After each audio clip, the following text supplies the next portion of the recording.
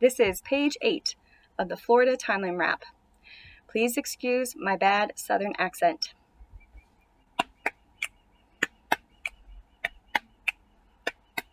In January of 1861, Florida's seceded Civil War had begun. Goodbye, Union. Goodbye, Lincoln. Joining the Confederacy? What were they thinking? Slavery in the South is simply a must. They tax us unfairly. It isn't just. Don't you know? I'm fighting for my rights. We're the breadbasket, y'all. We'll see who wins these fights. But the Battle of Olustee was our only major brawl. Gray had won, Blue had to withdraw. The South soon had the white flag waving. Though Tallahassee didn't need saving, the North cried, hooray! The South began to moan. Good luck farming now without the slaves you used to own. After the war, there was much destruction. So in 1865, total reconstruction, fixing the South until 77. But for freed men, it was anything but heaven. Instead of land to farm, they were given squat. Where was the freedom for which they fought? They still were poor. They still had a master. Despite the amendments, a total disaster. All right, here we go. We're going to start all the way on page 1. See if you can say it with me. All right, here we go.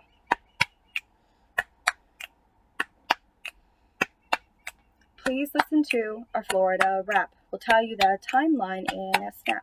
We don't know much about how Florida began, like when it was first inhabited by man, but Indians were the first people probably. We can tell from ancient tools and pottery the northeastern Indians were called Timucuas. They harvested maize, beans, melon, and squash. Calusa in the south made things from shells, spears and tools, and utensils. The Tocobaga lived in the Tampa estuary. Their pottery skills were extraordinary. The DeCasta lived where Miami is today.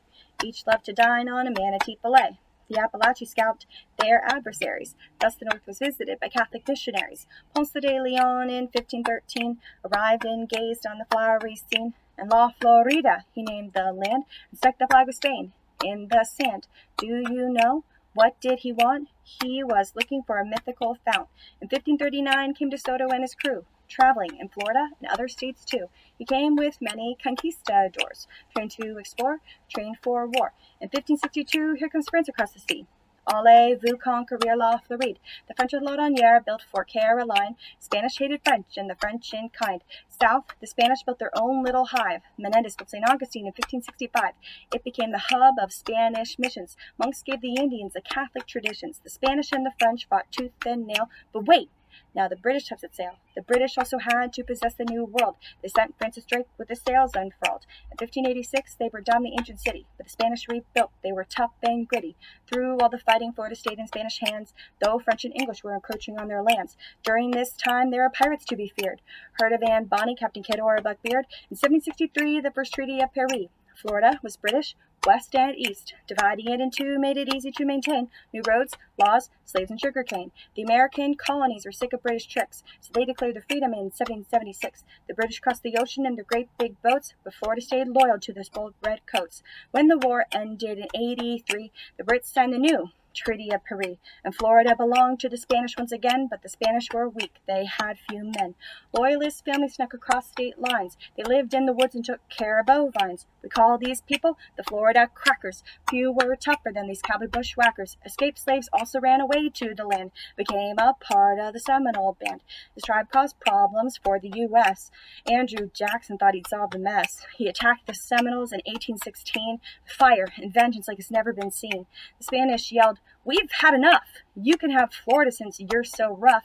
In 1819, Florida was ceded to the U.S. with the Adams-Onis Treaty. The war went on without an end in sight. Chief Osceola led the Seminole fight, but he died in prison and the battle was lost. America gained Florida, but at what cost?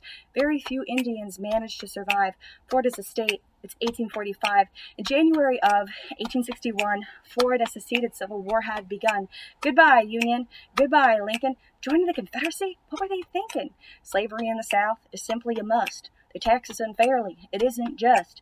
Don't you know? I'm fighting for my rights. We're the breadbasket, y'all. We'll see who wins these fights. But the Battle of Olustee was our only major brawl. Gray had won, Blue had to withdraw. The South soon had the white flag waving. Though Tallahassee didn't need saving, the North cried hooray. The South began to moan.